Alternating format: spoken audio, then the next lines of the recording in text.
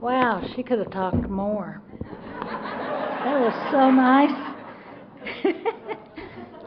Thank you. She's so sweet. She's been so accommodating, so willing to help. And I want to thank the committee and everyone for everything, inviting Keith and I. Hi, I'm Sue. And I'm a very grateful member of the Al-Anon family group because today I love an alcoholic. And I like to say that because I didn't when I got here. And so anyway, and I want to thank Don and Tamara. I want to have him with the right woman for lunch today. He makes a great stew, and she has the pear cobbler, and wow. Anyway, a lot of work for a lot of people. Thank you. And the committee's done a lot of work on this thing, you can tell. And this afternoon we got back from lunch. There was a whole van of young people coming up. And he said, great, they're bringing the young people in for the young AA speaker. And this guy was saying, okay, you guys, now listen. He's talking to young alcoholics, right? He goes, don't wander around, don't do this, don't do that, you know. And then he said, and act like a grown-up. And I thought, well, that blows that. None of us act like a grown-up. And Keith was going to sit up here in front, but he didn't want to sit by himself. But there's some people sitting on the second row over here. That's great, you know. I wondered, who's coming? You know, who are we waiting on? So, anyway, that was just on my mind. I had to get rid of that. And, you know, we have a lot of fun today because I'm the kind of Al-Anon that was, we didn't have a whole lot of Al-Anon literature when I got this program. My recovery date's May the 11th, 1976. We didn't have a lot of literature then. And so I was taken through the big book of Alcoholics Anonymous, and I'm so grateful. And if you're new here in Al-Anon, you haven't read that book, I strongly suggest that you do, because our program says to learn everything you can about the disease of alcoholism, and I don't know a better book than the big book of Alcoholics Anonymous. There's so many things that, as a non-alcoholic, I needed to learn out of that book. And one of the things I got to realize is that we're not a glum lot. Well, there are a lot of tragedies in our life. There's a lot of bad things that we go through. But once we start going through the steps and looking at ourselves, we can learn to laugh at the things we used to cry about. And it takes a lot of work and a lot of inventory work to do that. But I am so grateful I got to that point in my life. And it was through strong sponsorship that I got there. And I am a believer in strong sponsorship. Like he shared this morning, the 3 most important words in our house is call your sponsor. And still, 37 and a half years ago, we said it, and we can say it today if we need to. A lot of water went under the bridge before I ever knew about Al-Anon. And I wasn't raised in an alcoholic home. My family, I had an older sister, a younger brother. My dad worked in the oil fields, and we used to follow the oil rigs around all over Kansas and Oklahoma, and the Texas-Oklahoma Panhandle and western Kansas. And we lived in a trailer house, and we hauled that trailer out to all these towns where they were drilling. And we were called oil field trash a lot. And so there was something in me before I ever was introduced to the disease of alcoholism that I had self-esteem issues. And I worked on those kind of things, but it's like I never felt like I belonged anywhere. And I never felt like anyone liked me, you know, and all that stuff. I'd go to 7 schools in 1 year, and then we'd move up, so you know, no wonder I never felt like I belonged. And we moved to a little town in Texas Panhandle, and we stayed there. My family bought a house there, and we stayed there. My dad, he died of colon cancer at 40 years old. Back then, they didn't have all of the treatment for it they did. My older sister, had run off and got married, and that left my younger brother and I at home with my mom. And a few years after my dad passed away, well, it wasn't even that long, my mom started dating. And I really hated her for that because she's being disloyal to my father. And so I started looking for love in all the wrong places. And I ended up in an unwedded mother's home in San Antonio, Texas. And I stayed there for a period of time, and I gave a child up for adoption. And so when I went back home, I didn't like the kids that I'd ran with. I had matured through all of that. And so one day my mom said, "You want to go to a honky-tonk with me and my friends?" And I said, "Sure." And so we go to this Quonset building, and the music was loud, and it was smoky on the inside. People were fighting, and they were dancing, and it's like they were drinking out of paper sacks, and it's like, yeah. I mean, I loved everything about it. It was exciting for me. And I watched the room, and this cowboy, he started fights all over the room, and I thought it took a lot of courage to do what he was doing. And he started this fight, and he came running past me, and he said, "Honey, let me know when the fight's over." And he hid in the woman's restroom. And when the fight was over, I said, "Cowboy, you can come out now." And he asked me for the last dance. And usually the last dance was a slow dance, where you could rub up against each other and get ready to go home. I know you guys have done that in New Mexico. And it was a fast dance. And it kept getting faster and faster and faster, and we never missed a lick. And when I look back on that, what I understand today is that he got me downtown in the fast lane right now. And I loved it. And he called me the next day for a date. My mom said, "No, you're not going with him. He's older than you. He's been married before, and he's in trouble all the time." And so the doorbell rang, and I opened the door, and there's Keith. And I said, "Okay, let's go." And I got my purse, started walking out, and there was no car. I go, "Wait a minute, my dates pick me up in cars." He said, "Well, you don't understand." He said, "I've lost my driver's license forever," and I told him my car. And I said, "No problem."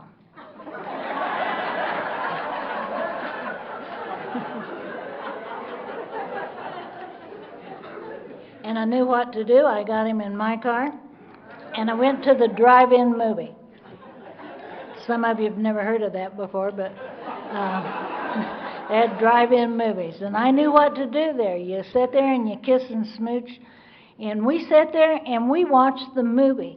And I remember thinking, this must be what it's like to be with a more mature man. And then I noticed that he had a six-pack of beer sitting between his legs that he was more interested in than me.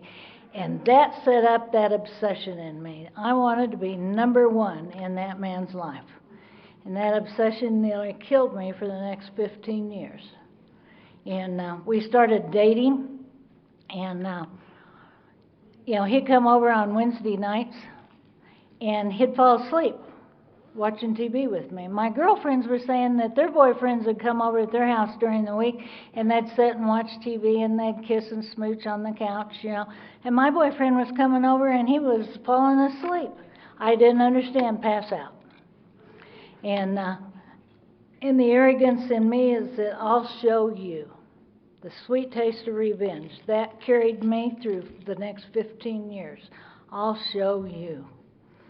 And so I looked at him, and at that time Keith had long hair and a long beard, and I went and got a razor, and I shaved half his head and half his face off. And he got up and he went home, and he came back the next night to take me out, and he still looked the same. And we would go drag Main Street. We'd go down this side. He'd be all clean shaven and everything. We'd go back, and on this side, he'd have long hair and long beard. And people would say, "Well, everybody in this town thinks I'm two-faced anyway." And he looked like that for 2 weeks. He went like that. And I thought he was so funny. He is funny, a few years ago when he started, he had a lot of hair, and when he started getting bald on the top and then going down, receding, I went home from a meeting one night, and he said, he was in the bathroom shaving his head off, and I said, "Oh my gosh." He said, "We're not I'm not going to have one of those hair fights again because I used to complain about his hair being too long all the time. And I said, no, I don't guess so. You don't have any anymore. He said, why didn't you tell me? And I said, tell you what? He said, I looked at the back of my head with a mirror and it looked like I had a toilet seat sitting on my head. And he's funny like that, you know. It's just, and I had to learn after I got in Al-Anon how funny he was because I always thought it was embarrassing, you know, because you just don't do some of the things he did. And so he got a draft notice, and we dated for 2 weeks. And when he wouldn't do what I wanted him to, like we'd go park to smooch and stuff, and he wouldn't be paying that much attention to me and doing what I wanted him to do, I'd jerk the keys out of the car and I'd throw them out in the vacant lot. And he'd have to go out and get them, and he'd have to look for them. And he'd get back in the car and he'd be angry. He'd be mad as hell at me. And I'd start whacking him and saying, you can't talk to me like that. And I'd sock him and he'd sock me back, and we'd have a big fight in the car. And he'd take me home, and I'd walk in the door, and I'd have a black eye. And my mom would say, what do you do to that man to make him treat you like that? And I'd say, look what he did to me. Just look what he did. I could never look at my part, you know, because we always want to blame something on everybody else. It's never my fault. If they wouldn't, if he wouldn't. And it was like, that was my song for the next 15 years. He got a draft notice, and we decided we couldn't live without each other, so we went to Amarillo to get married. And then the next weekend he took his draft physical, and Uncle Sam didn't want him, so I got to keep him. And he'd been to school for many years, but he'd never stayed long enough anywhere to get a degree. And so his grandparents and I talked about it, and we decided that I had what it took to make him stay put. And so we moved to Stillwater, Oklahoma for Keith to enroll in school.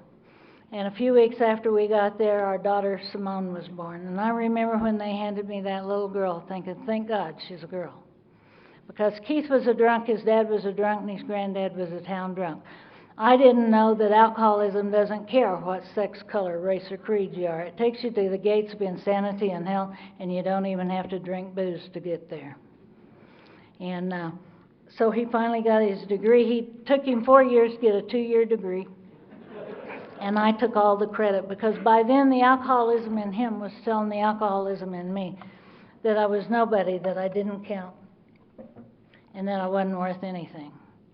And we'd go to those places,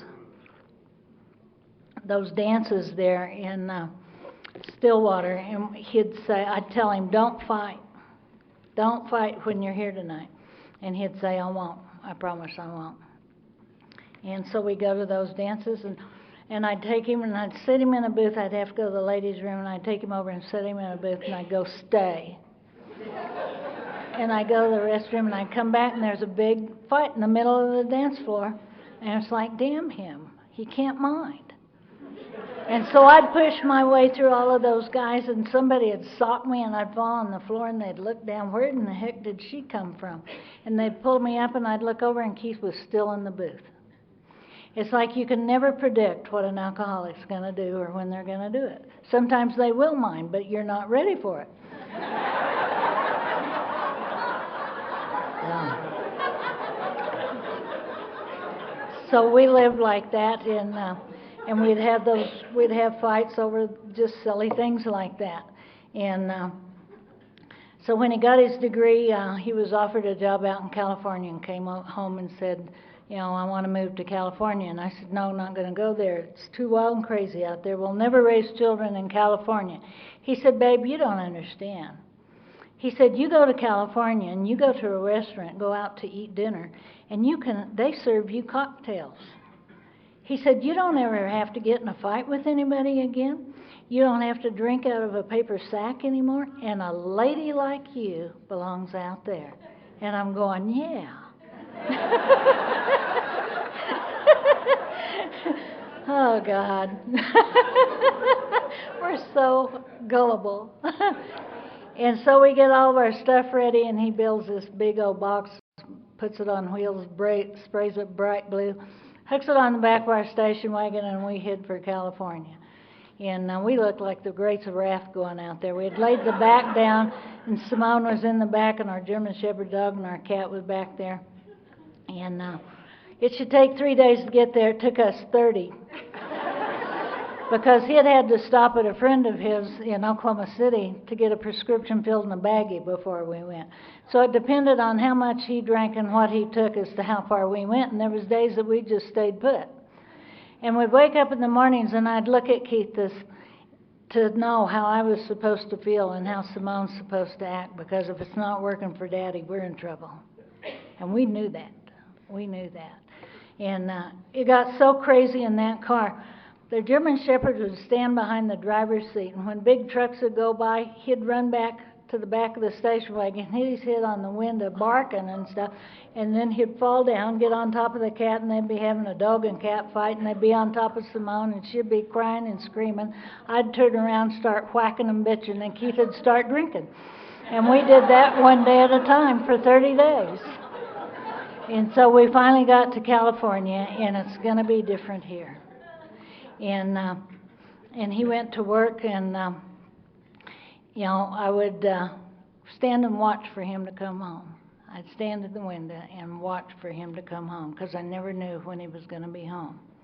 And it was going to be wonderful. One Friday night he came home, and he said, "Babe, would you like to go out for dinner?" And I said, "Yeah." Because, you see, that's what I wanted to do. It's going to be different in California. We can act like a lady and a gentleman and be normal people and just drink cocktails, because you get drunk when you drink out of paper sacks. And so we'd go to the restaurant, and they seated us, and they asked us if we'd like a cocktail, and we said, "Yeah, you bet." And we ordered Simone a Shirley Temple, because we didn't want to leave her out of the good life. And Keith held his glass up, and we toasted to the good life. And it was wonderful.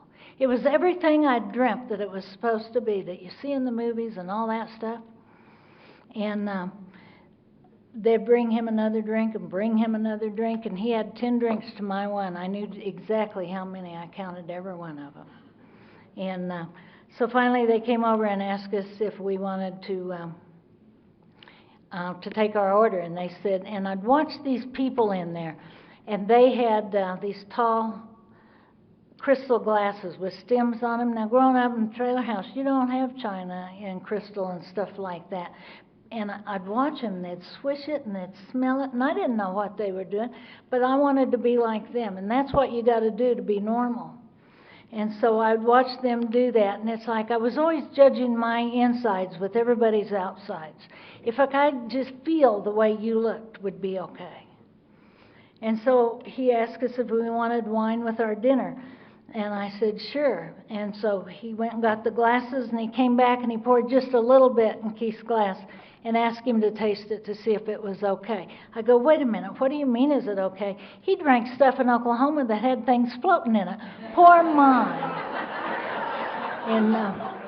And they poured mine, and I sat there, and I swished it, and I sniffed it. Oh, my gosh. I was in heaven. I was somebody. Until I look across the table at Keith, and he's drinking out of the carafe.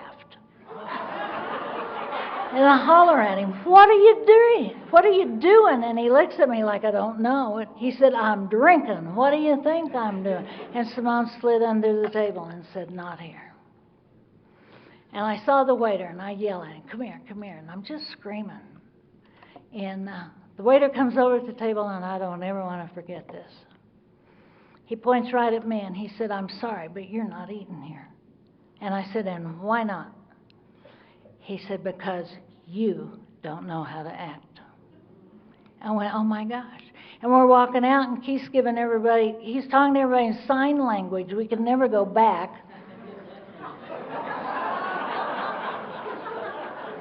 And it's like, what happened? What happened? You know? And we get home, and I get right in his face. You ever do that to us again? Don't ever treat us like that. And he'd say, Sue, get out of my face. And I'd take one step closer, and if you do this and if you do that, and he'd say, Sue, if you don't get out of my face, I'm going to hit you. And I'd take one step closer, and he'd hit me, and the knockdown drag-out was on. And he had me on the bed one night, and he was choking the living tar out of me, and I thought, oh my God, I'm going to die right here. And I looked up at Keith, and he's looking down at me with all the intensity he has. And it dawned on me, he wasn't thinking about nobody but me. I was number one in his life. And I started those fights all the time after that, because that's the only way I could get 100% of his attention. That's called insanity. That's how the disease affected me. And I'm obsessed with the alcoholic, and I think I can fix it. I think I can make it different. If I could just figure out what it is that'll make it work, it'll be okay. And we had those kind of fights all the time. And they were horrible. And he'd get tired of fighting with me, and he'd walk away, and I'd have that rage inside of me. And I'd turn around, I didn't know what to do with it. Simone would be standing there, and I'd start banging her head against the wall and just screaming. And she'd look at me and she'd say, Mommy, I know why you're doing this. You're just showing Daddy you can act just like him. And I thought, oh my gosh, how does she know? I didn't know that. You know, and it's just, we'd have those fights like that all the time. You know, it runs downhill.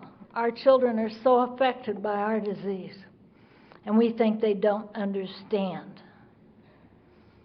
I mean, you know, I sponsor so many women that the simplest things are catastrophes. Everything is an explosion. There's no little deals going on. So, you know, our disease progressed. We had those fights one night. We had a fight, and Keith left, and he didn't come home. Now, you don't do that to me. And Keith and I, you know, when we fought, he was from Texas, and he had a gun all the time, and he'd shoot things that I didn't want him to shoot, you know, like the light fixtures or the walls or pets. You know, it didn't really matter to him. And because he was drunk, and I understand blackouts today. And I was going to show him, you can't treat me like that. And so I picked up a knife, and I started fighting back with that knife.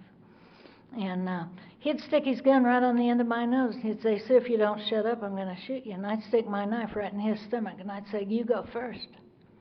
He goes, what do you mean if I go first? If I shoot you, you're dead.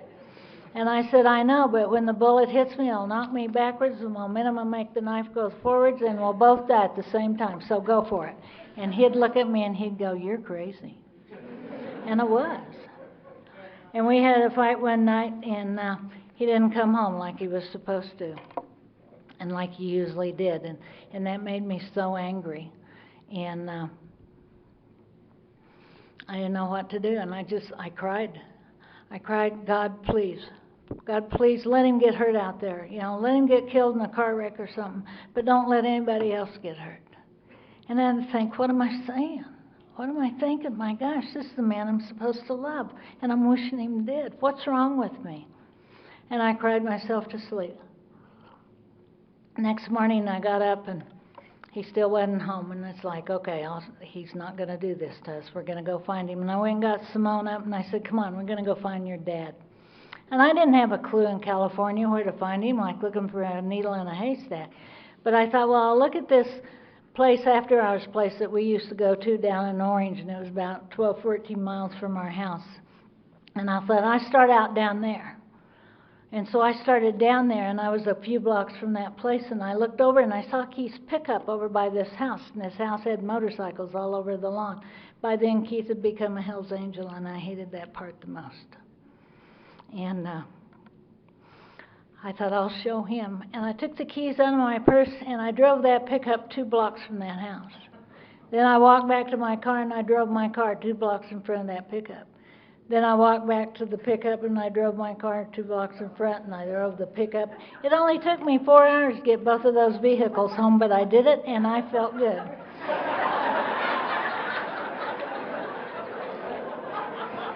And I was a good mother. I never left Simone unattended in either one of those vehicles. She walked every step of the way with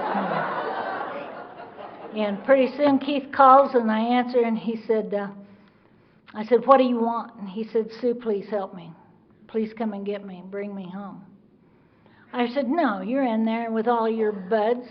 You know, you have somebody in there bring you home. He goes, buds. I said, yeah, you're over there at that house. And he goes, what house? I don't know what you're talking about. He said, I'm in jail. I go, jail? You can't go to jail unless we're having a fight at our house and the cops come because the neighbors called him, I called him, or Simone called him. You just don't go out there and go to jail by yourself. Do you understand me? And he was going, whatever, Sue. Because I had Keith arrested all the time. And I'd write hot checks to bail him out. And I got in trouble for hot checks. So I said, okay. So Simone and I went down to jail. And, and I'd gone and seen him before when he was in jail, and I'd look at him through that glass thing, and I'd say, do you know where you're at? Like, duh. But it's like, I went down this time, and I paid his bail. And we left. And Simone said, Mommy, let's get Daddy. Don't leave Daddy. And I said, your daddy is a no-good, rotten son of a gun. He doesn't love you, or he doesn't love me, or he wouldn't act this way. You see, I thought that everything he did was tied to love. I did not know that alcoholism is an illness, that it's a disease, and that we all had it. It's why our house was so chaos, and why it was so crazy, and why there was so much violence all the time. I didn't know that. And putting him down to his own daughter. And so we're home for a while, and pretty soon the doorbell rings, and I go to the door, and there's Keith. And I go, what do you want? And I had the door locked. He said, Sue, let me in. I said, no, you can't come in. He said, Sue, please let me in. I said, if you want in, you get on your knees and you beg.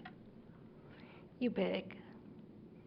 And that man got on his knees and begged to get back into his own home, robbing that man of his dignity.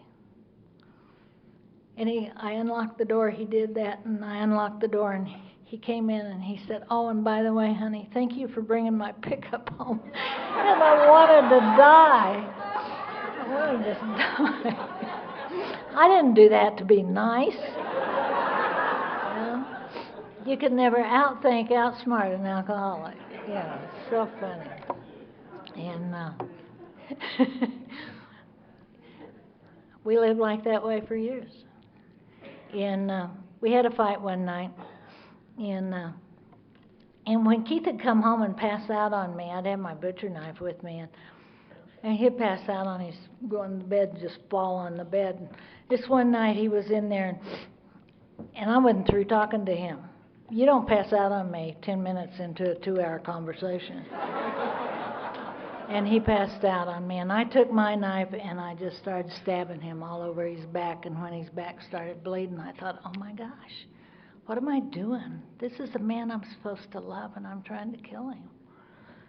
And I thought, oh my gosh, and I laid down and I cried myself to sleep one more time, because something's wrong with me. I don't know what it is. Because I don't drink, I don't get drunk.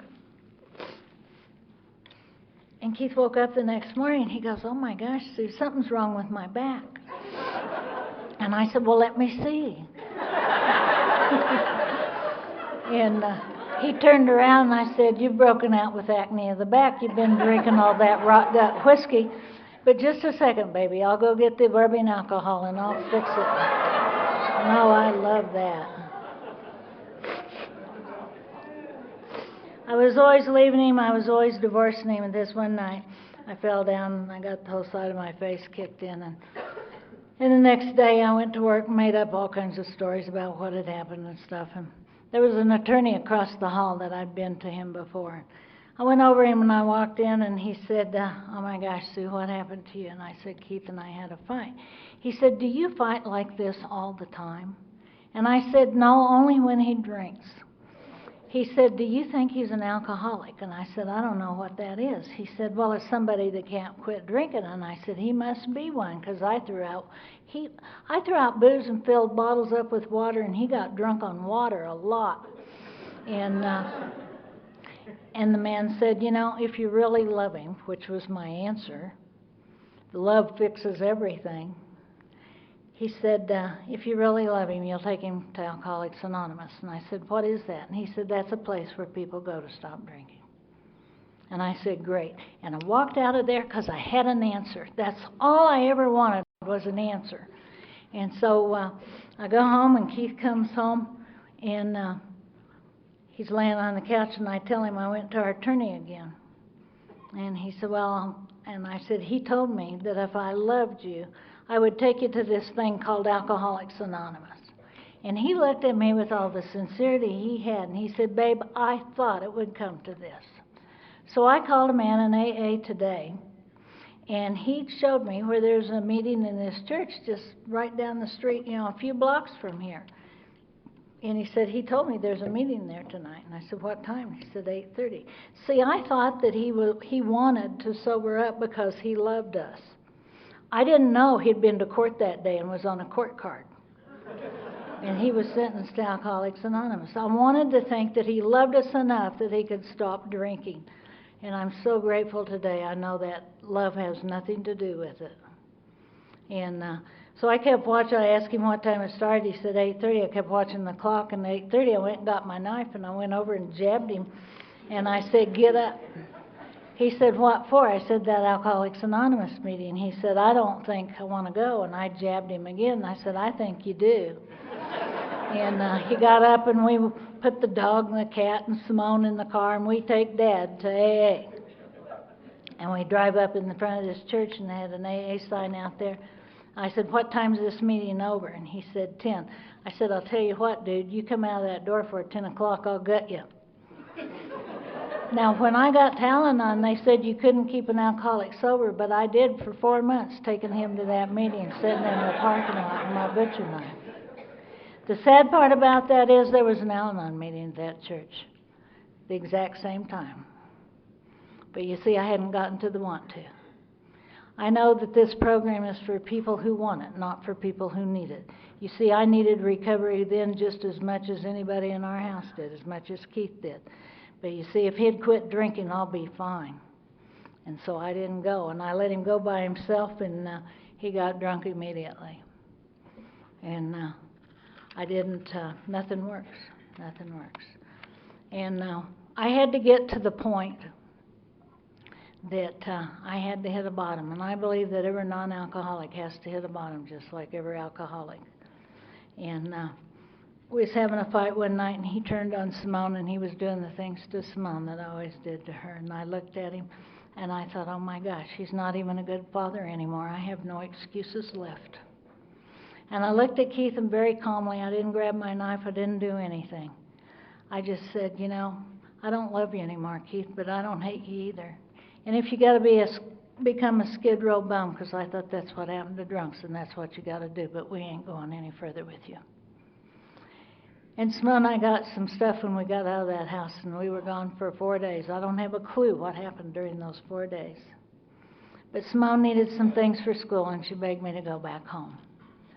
And we went back home, and it was dark in the house, and we were scared to death what was going to happen, because like I said, Keith was always shooting things, and he was always going to commit suicide. And so we didn't know what to expect, and so we looked all around the house, and we found him face down on the bedroom floor. And we thought he was dead, so we kicked him.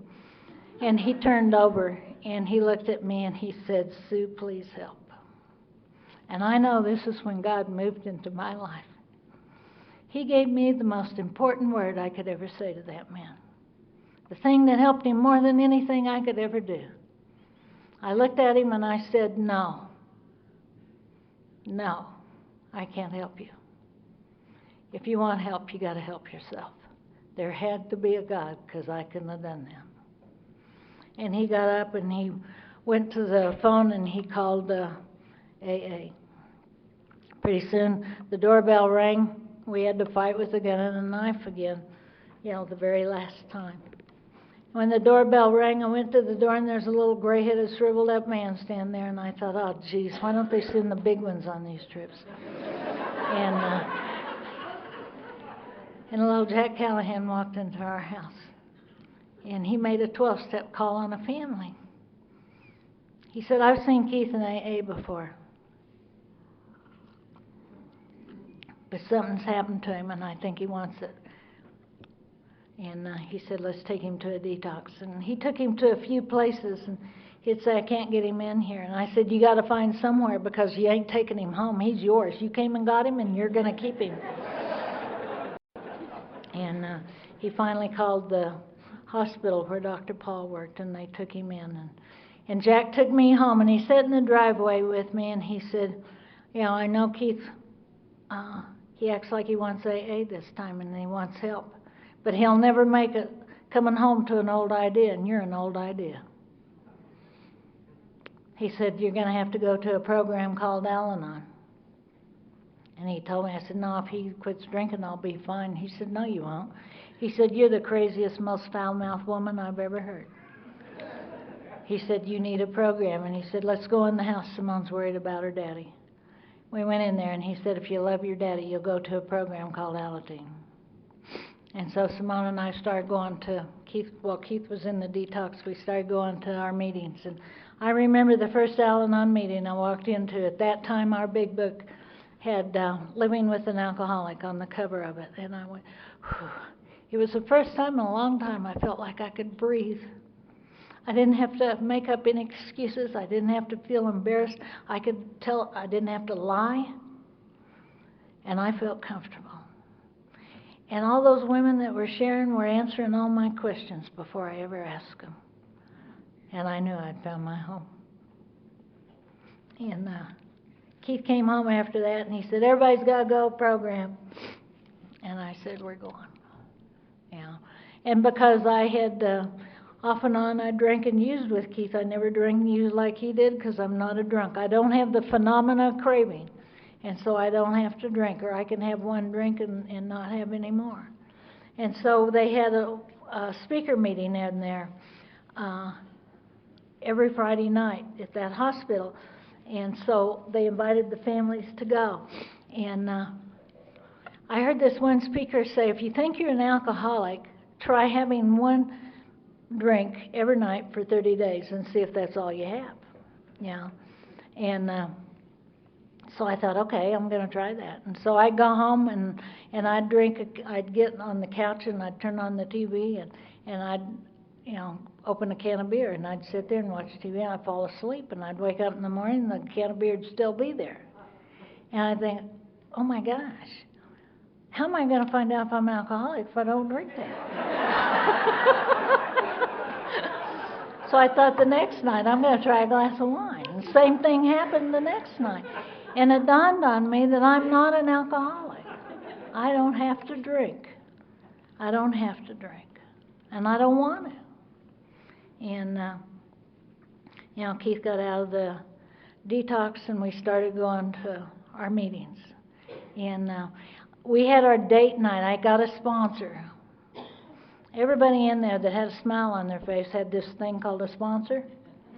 And they're really sweet until you ask them to sponsor you. And I'll tell you what, they weren't babysitting jobs back in 1976. They told you what to do. And they'd say, if you say, I don't want to do this, they say, then you're not ready for recovery yet. Go out and we promise, we guarantee your misery will come back. Thank God for that kind of sponsorship, because that's exactly what I needed. And so Keith cut out of the detox, and my sponsor had told me that I had to collect 8 hugs at every meeting. Oh my gosh, I hated that. And so finally I told her, I said, you know what? I'm comfortable here now. I don't mind getting hugs anymore, but I don't do this at home. I don't feel this way at home. And she said, you know what?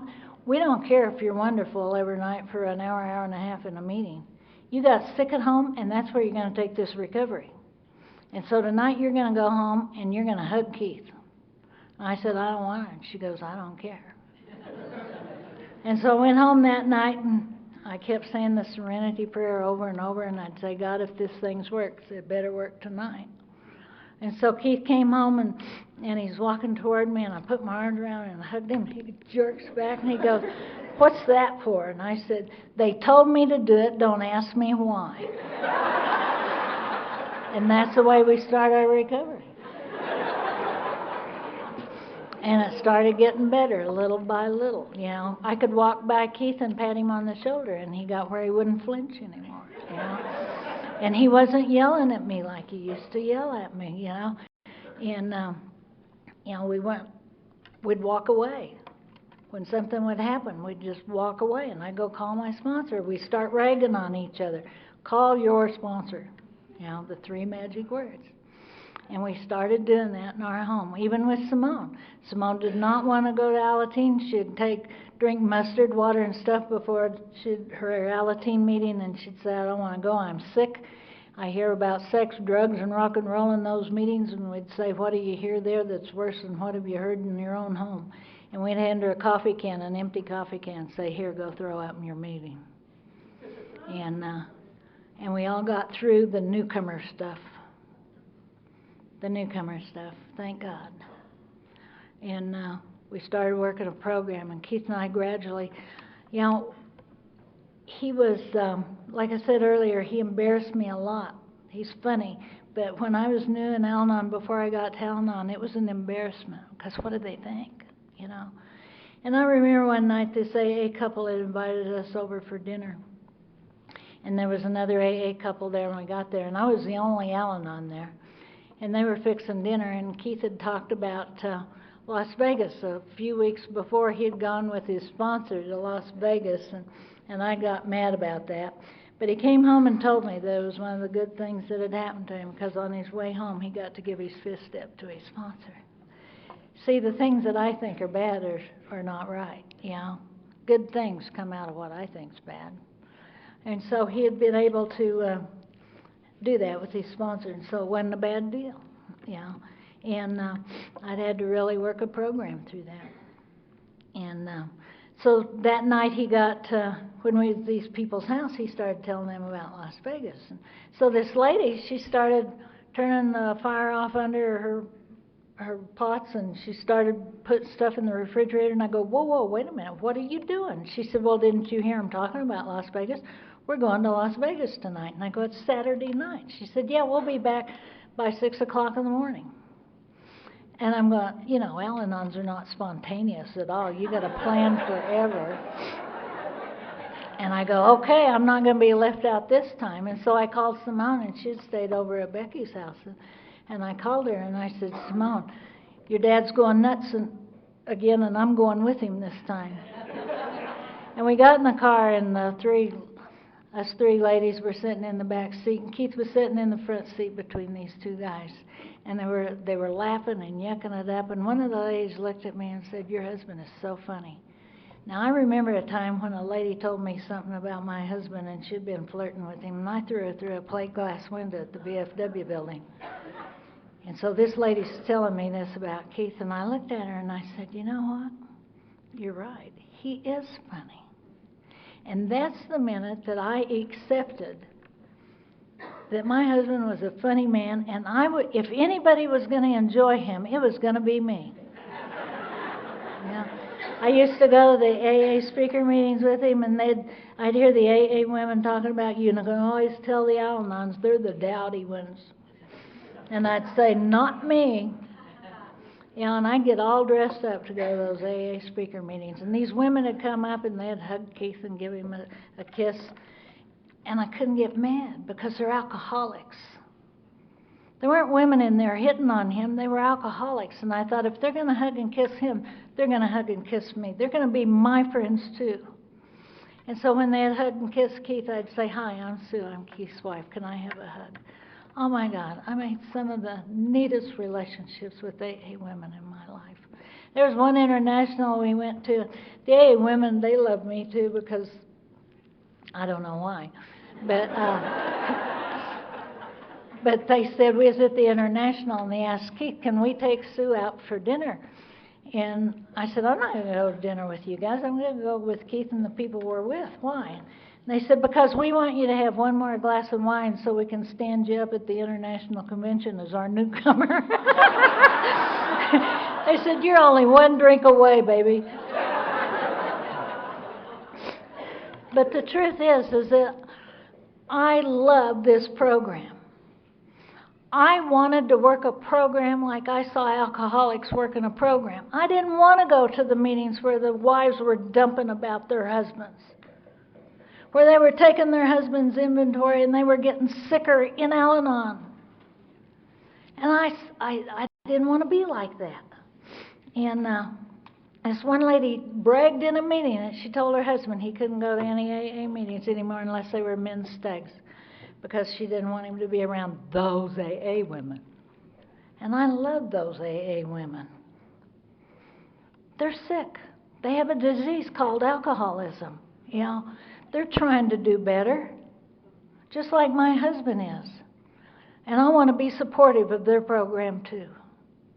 And I developed a lot of loving relationships like that. And so I started an Al-Anon step study in Orange County, California. It was the first one that was ever in California, because I wanted to work these steps. And I wanted to be in meetings where people thought of that. And so I did, you know, and eventually I was asked to do a panel in a woman's prison. And I'd been asking about it for a long time, and people would say, why do you want to go to prison? And I'd say, well, because I know there's women in there just like me. And I ended up going on a panel, and these women said, you know, these inmates, they like you. They don't understand us. And I can't do this anymore, so you need to take over this panel. We had a lockdown in there one night, and they had a no hostage policy. And a couple of gals that I'd taken with me said, oh, whoa, Sue, you know, because they locked the doors and nobody gets out. And they said, what are we going to do? And this one gal said, well, Sue has a strong God, you know, we'll borrow hers. And I said, no, we're not. So he's working for me tonight. And he said, what if they take us hostage? I said, love the one you're with. So it's just,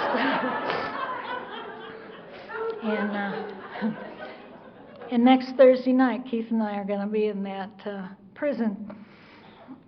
And they ask us to come to their banquet every year. It's the first Al-Anon that they ever asked to go to their volunteers banquet in that prison. And all the inmates are in there.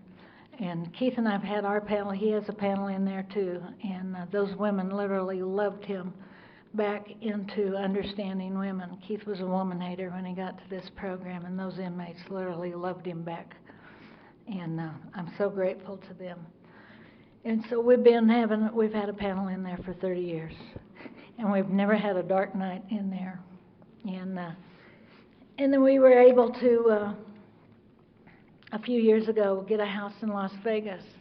And so we go back and forth between Las Vegas, and Al-Anon was very disappointing to me in Las Vegas because they seemed like all of the meetings were dump meetings. One of the meetings were using the book Women Who Love Too Much, and I about died. And I called my sponsor and reported him. And she said I wasn't the Al-Anon police. And so there was a lot of acceptance on my part. And it just, I remember sitting in a meeting one night, and I sat there, and these ladies were dumping, or everybody was, and I just go, God, I can't do this. I'm going to get sicker here. You know, if I'm going to be here and I'm going to go to Al-Anon, you got to do something. You got to help me. You know, you got to help these people. This is an Al-Anon. And I remembered one time when Keith and I were sharing at a conference in Amarillo, Texas. I was with a long-timer and was really close to her, Arbutus O'Neill. Yeah. Loved her very, very much. And her and I went into an Al-Anon meeting, and people were dumping in that meeting. I didn't know that at that time, but she did. And she shot straight up in that meeting, and she stood there and she goes, Al-Anon is not a garbage can. You share that stuff with your sponsors, and you write about it, and you give it to your sponsor. Then you come to meetings, and you share what you went through, and you share what you did to get into the solution, and then you share what the solution is. And that's Al-Anon. And this is not a garbage can. So if you're going to go to Al-Anon, you need to make it Al-Anon. And I'm sitting in my meeting, and I remember that. And I'm going, oh, God, I can't do that. And so I listened to a few more ladies dump their stuff, and it comes back to me. And I go, okay, God, but please let me be nice.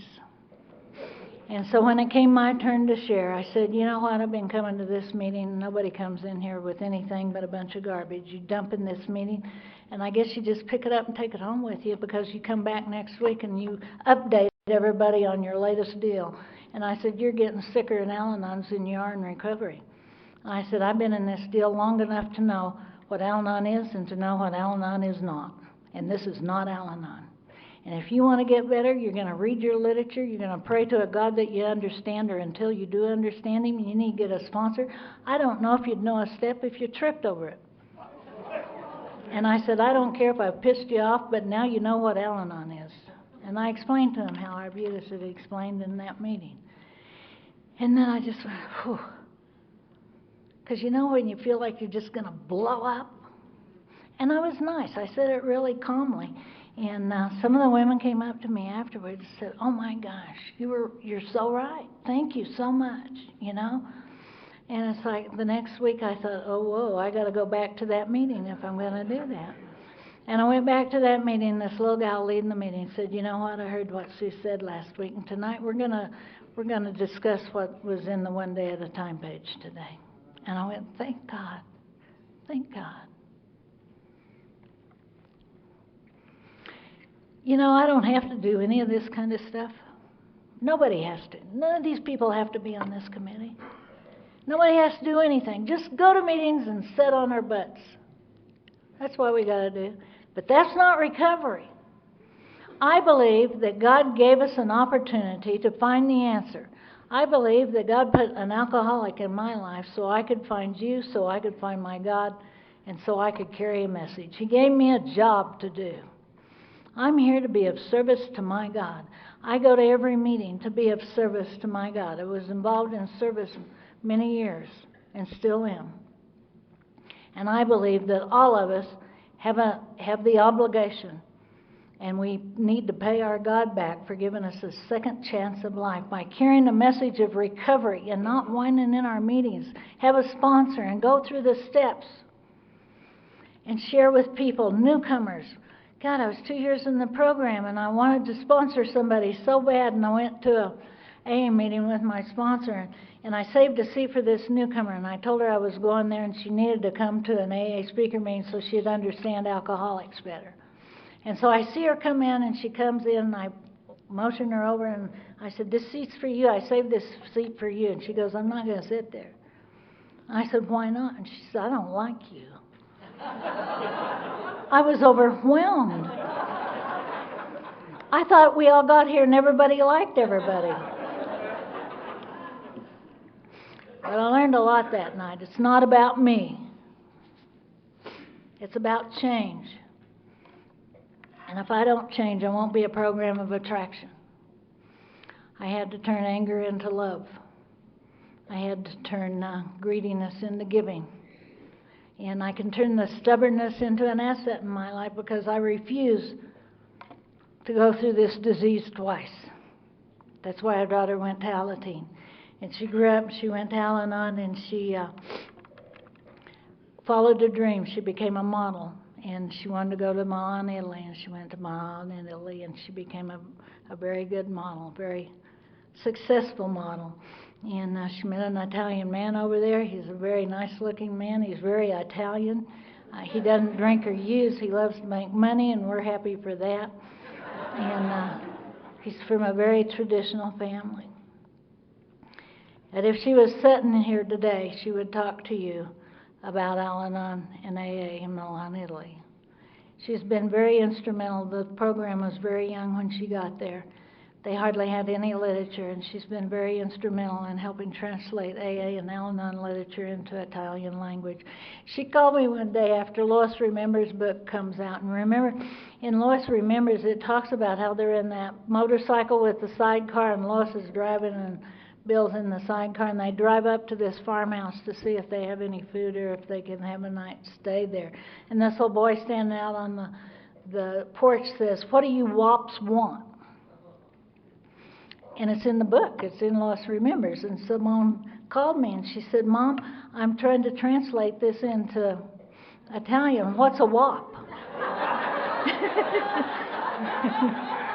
I said, well, Simone, maybe we should change that to what do you folks need? And we was laying in bed one night, and Simone was in her car with this one lady, and her husband was in the car, and he wanted some answers, and she called her dad. And she asked Keith to talk to this guy. Can you help 12-step this guy? And Keith said, I can't speak Italian. She goes, I can. And so her dad talked to her, and she'd translate it to the man in that car. What a God thing, huh? Yeah, we have 2 grandkids, and we love them to death, and they're good kids. They're good kids. The oldest one's very strong-willed, and she's 14. She's built like me. She got so, a year ago, she was just down on herself so much because she was big-chested, and she thought it was bad. And Simone called and told us how she was developing, and she was very embarrassed by it. And I said, put her on the phone. So Nicole gets on the phone, and I said, so you have a big chest, huh? She said, oh, bad, Granny, bad. And I said, no, that's a part you got from Granny. You stand up, and you put your shoulders back, and you walk with pride, because, baby, we were born this way. And, okay, Granny.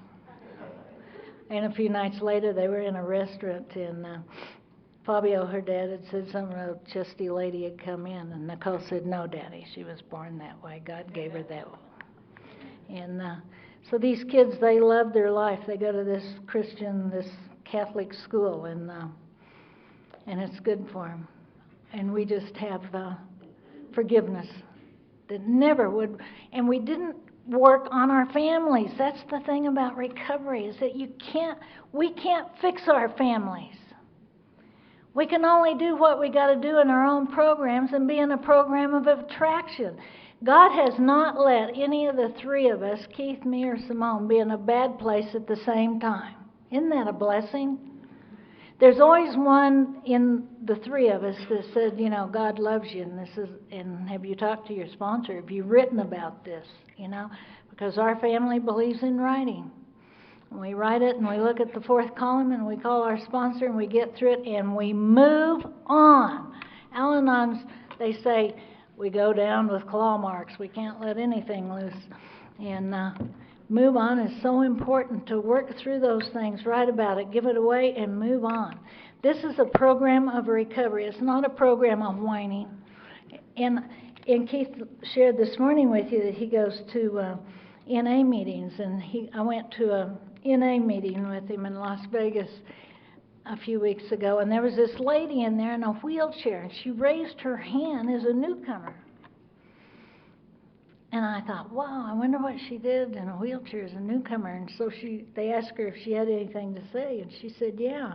And she was there by order of the court because she had gotten a DUI going down Las Vegas Boulevard in her wheelchair. And it's like everybody was helping her after the meeting, you know, and I went over and gave her a big hug, you know. This is a great way of life.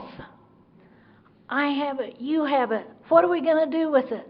Let's go out and give it away. That's what God wants us to do. We have a new employer, and his name's called God. He wants us to stay in recovery. And the young people over there, get busy, 12-step work. God, there's a lot of young people out there dying. I have one of the ladies I sponsor called us yesterday, and her 30-year-old son that's been sober for 11 years had to have heart surgery because he's damaged his heart so bad when he was out there. And it doesn't matter how long you do it. You run it hard and fast, and it kills physically, but it hurts the people around you to watch you do it. And today we don't help each other, we help ourselves, and we be attraction to each other, and we just love each other. And this is a program of love and change. And thank you all very much for inviting us to be here.